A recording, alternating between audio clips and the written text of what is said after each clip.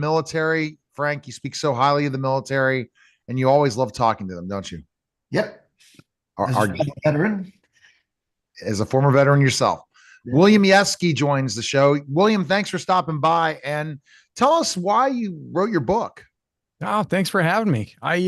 This was just something that quite honestly was said by one of the guys on a hill in Afghanistan, 10 plus years ago, where he kind of mentioned that, guys, 10 years from now, we're going to see a book with Yeski's name on it. And I completely shoved it off. Like, no way.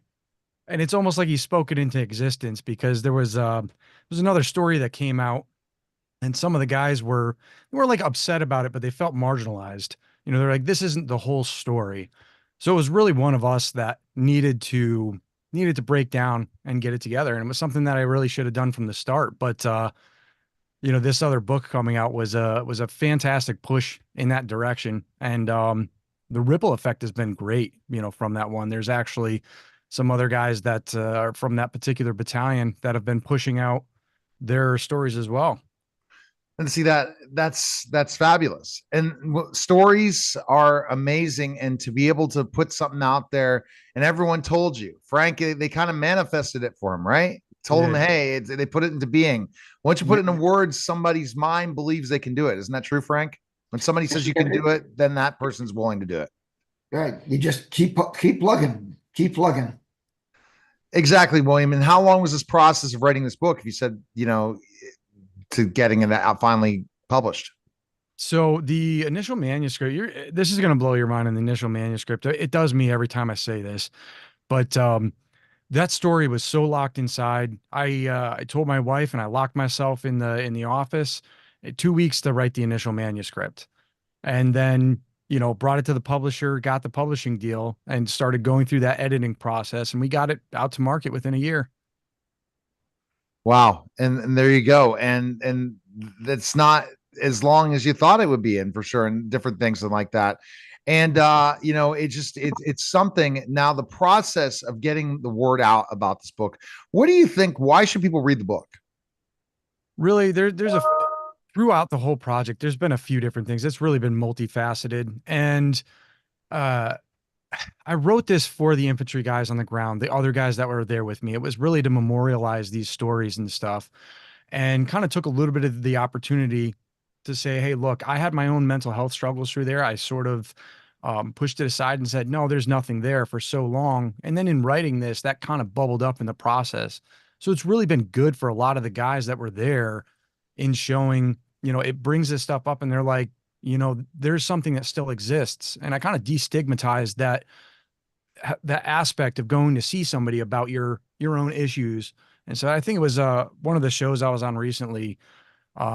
He put it, Andy Stump actually put it perfectly. And he said, you have to deal with your crap before your crap deals with you.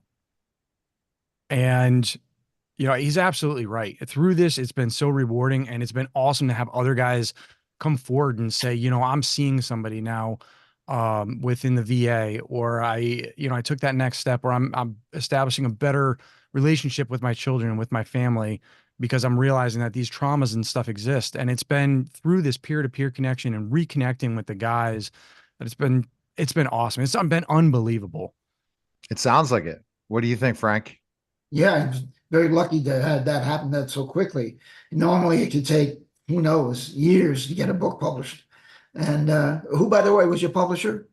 This is Casemate Publishing, so right around the corner from Philadelphia there. So Pennsylvania publisher in Haverton, Pennsylvania. So Casemate, and yeah, they're also in Oxford, England too. I know some of it. I got a call from England at one point when I sort of put the guys on the airborne timeline, and I said, hey, look, this needs to happen. We weren't going to actually hit the date that I had put out there, and we made it happen though.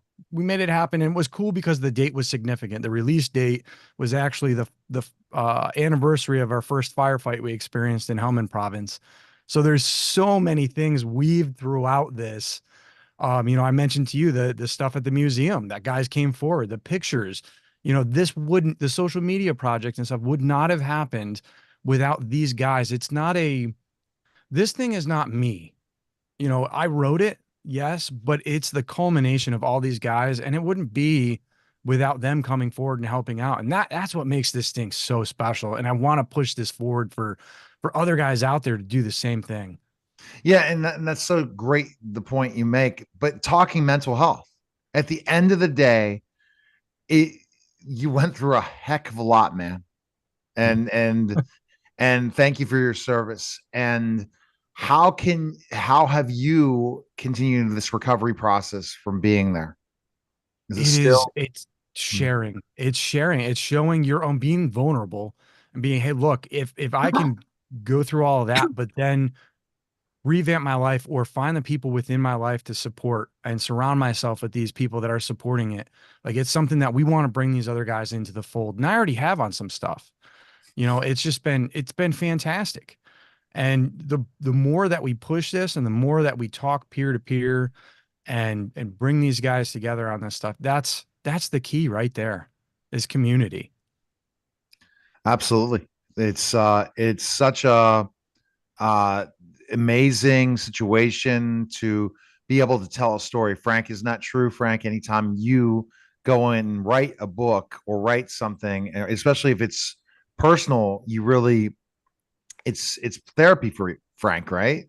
That's And correct. Yes, it is. In fact, no matter what kind of book you write, it is therapy. It's you're creating a world, and and you're making the world work for you. And if you're having any kind of problems or issues with yourself personally, you could use that writing uh, to give that has a vent, a place to vent what your thoughts are.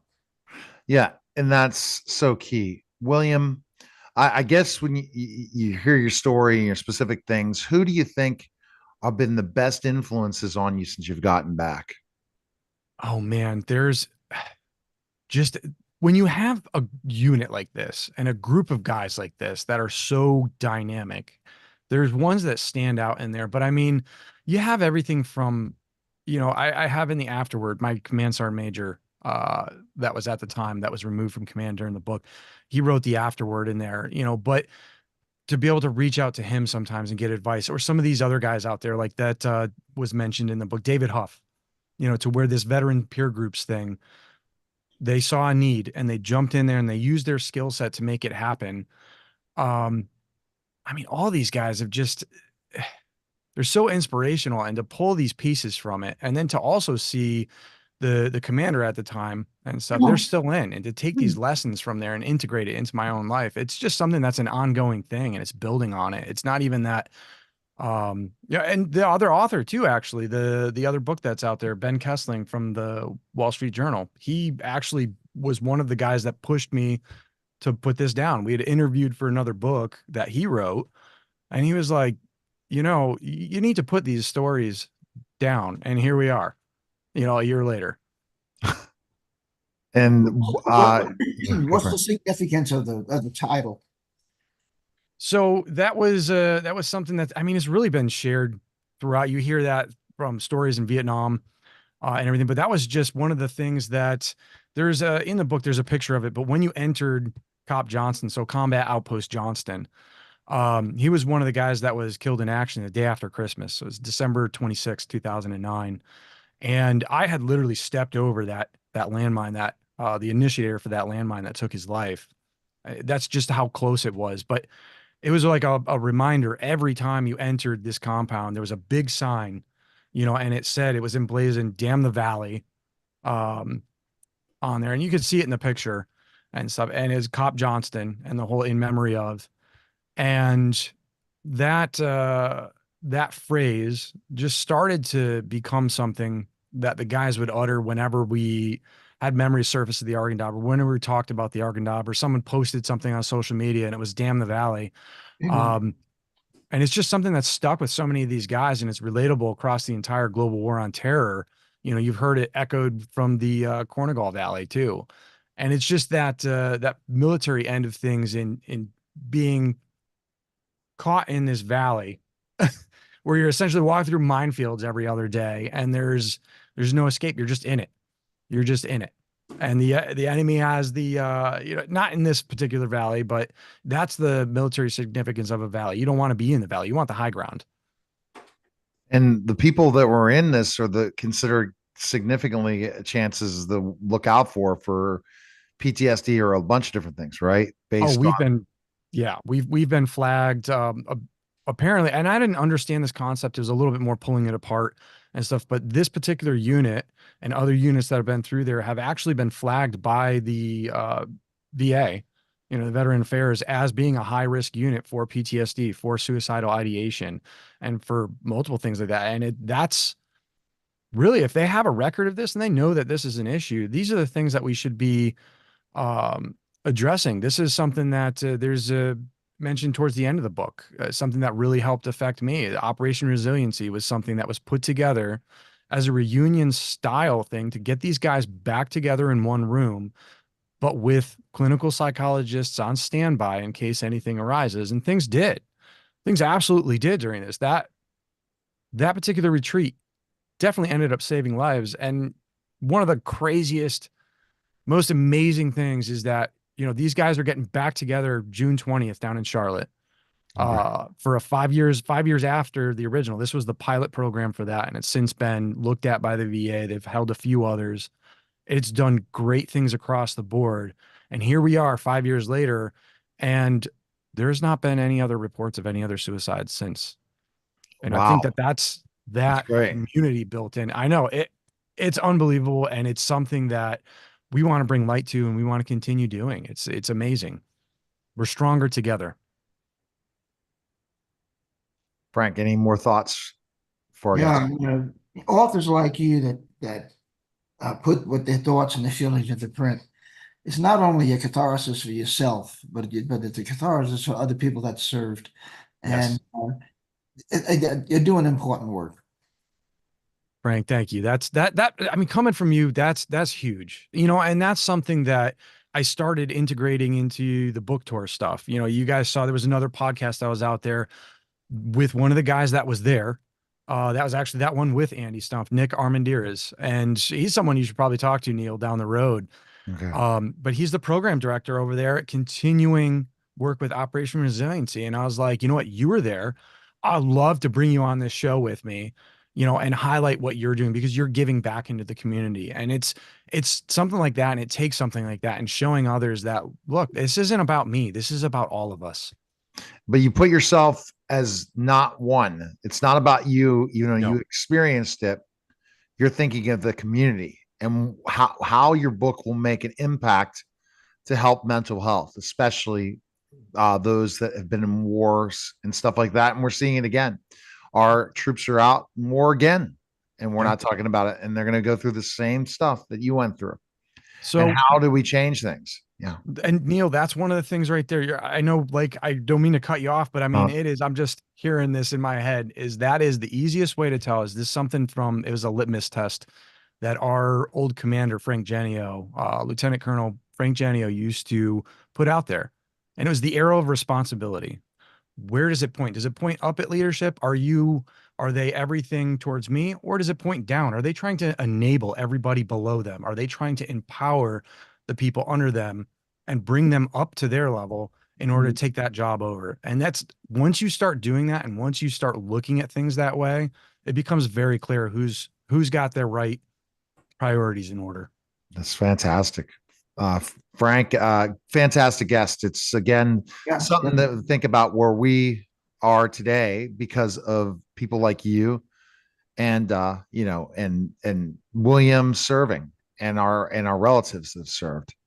Again, they have to bring this up, especially when we're in a war time period now, Frank. Unfortunately, yes, we are, and we don't know where it's going to end up, because right now we got all kinds of conflicts going on, and the leadership is not there to understand it. Yep, exactly. That's one of the things with leadership that was very frustrating for the general there that wrote, General Ben Hodges, that wrote the forward there. The exact same thing. That's we're in a period of leadership that a lot of people just don't know what right looks like. All right. So where can people purchase the book and learn more about you? Where can they go? I mean, you can go anywhere on mainstream. You can go on Amazon, Barnes and Noble, but there's also something kind of neat that I integrated into the official website for signed copies. So damnthevalleybook.com.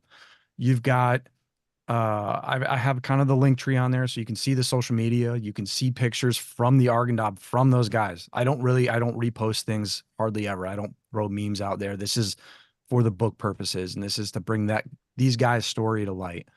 So you have it there, but for every 2 author copies that I sell, I can get 1 copy to the guys that were there. And that's kind of my goal is for this reunion to have 150 copies for these guys and to hand them over to them and say, hey, look, you know, this is your story. This is for you to put on yourself and to bring your kids down to the Airborne Museum down in Fayetteville, North Carolina, and see the flag that's actually on the cover is now down within the DoD historical archives. And you can see it down at the museum down there, along with a bunch of other things that were featured in this story. So, I mean, this isn't just a book. Like, this is really just a piece of history. All right. We appreciate it. Thanks again, William. And thanks. Thank you. All right. You're listening and watching the Neil Haley Show.